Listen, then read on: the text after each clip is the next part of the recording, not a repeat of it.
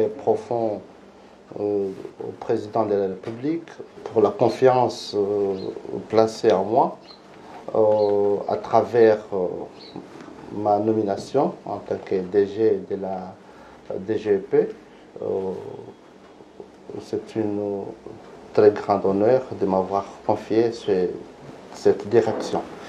La direction générale de la performance financière et des établissements et entreprises publics, notre mission est d'assurer la gestion de la participation de l'État et des suivis des performances financières des établissements et entreprises publiques.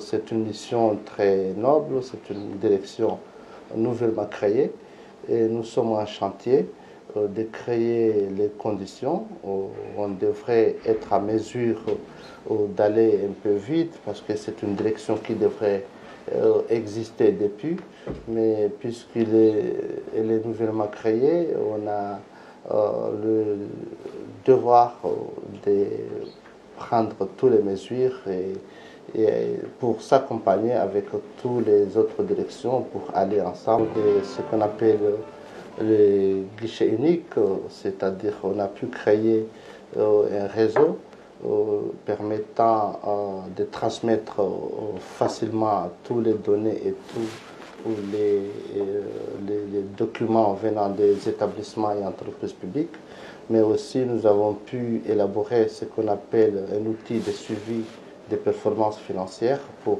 les établissements et entreprises publiques.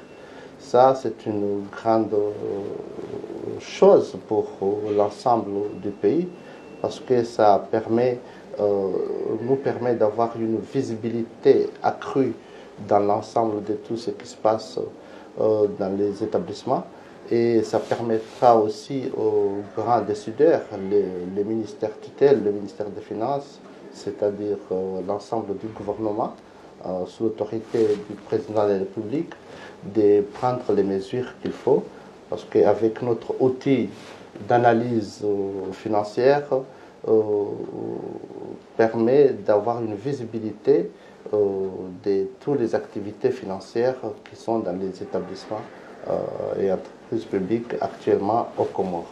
Quelque chose qui n'existait pas auparavant.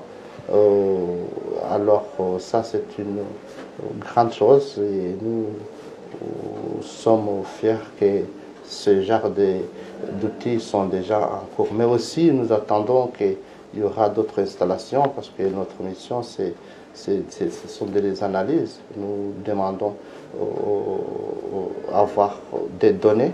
Nous ne sommes pas pour gérer les entreprises, mais c'est pour les accompagner à remplir pleinement leur mission.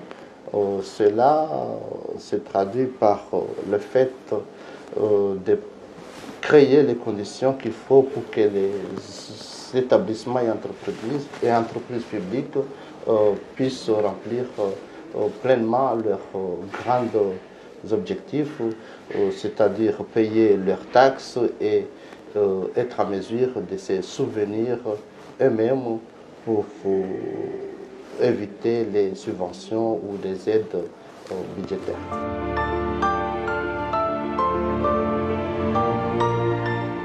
D'accord, merci. C'est en assurant la mobilisation accrue des dividendes des établissements et entreprises publiques, en contribuant à la réduction des subventions grâce au meilleur ciblage, mais aussi en fournissant des données fiables et consolidées pour améliorer la planification et la crédibilité des établissements auprès de nos partenaires.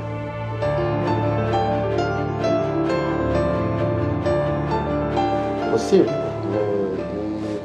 Propose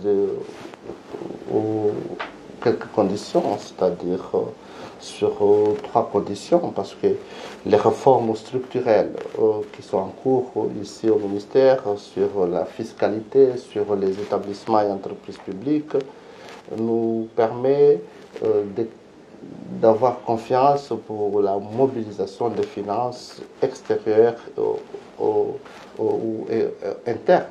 C'est-à-dire, nous, le ministère tout entier rentrait en réforme et en structures qui sont en cours de se structurer. Cela permet de croire qu'avec le fait de remplir ces conditions auprès de nos partenaires, nous pouvons être parmi les meilleurs élèves en matière budgétaire. Cela se distingue d'une discipline budgétaire et meilleure qui nous permettra d'avoir une gestion des ressources de l'État.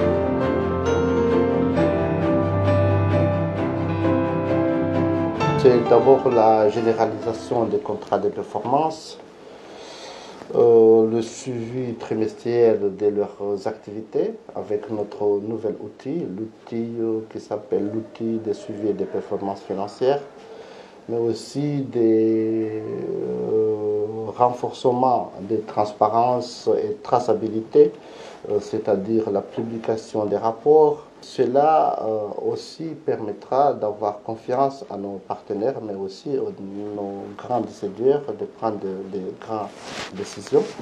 Et pour finir sur ça, c'est l'implication des conseils d'administration qui sont presque achevés grâce aux efforts du chef de l'État, qui a presque nommé dans toutes les sociétés d'État des conseils d'administration.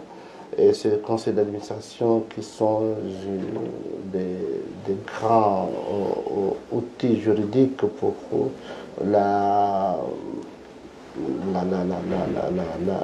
bon fonctionnement des établissements et entreprises publiques. Et ça, c'est parmi nos grands objectifs, c'est d'avoir généralisé dans l'ensemble de toutes les sociétés d'État, c'est-à-dire d'instaurer, grâce aux efforts du chef de l'État, des conseils d'administration qui seront là pour veiller au fonctionnement des directeurs qui seront nommés dans ces différentes sociétés d'État.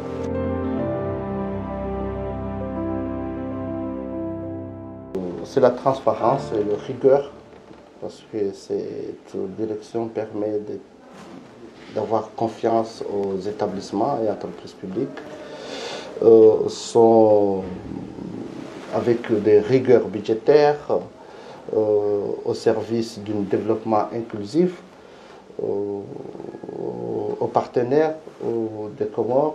Les Comores s'engagent dans des réformes crédibles, dans des réformes ambitieuses.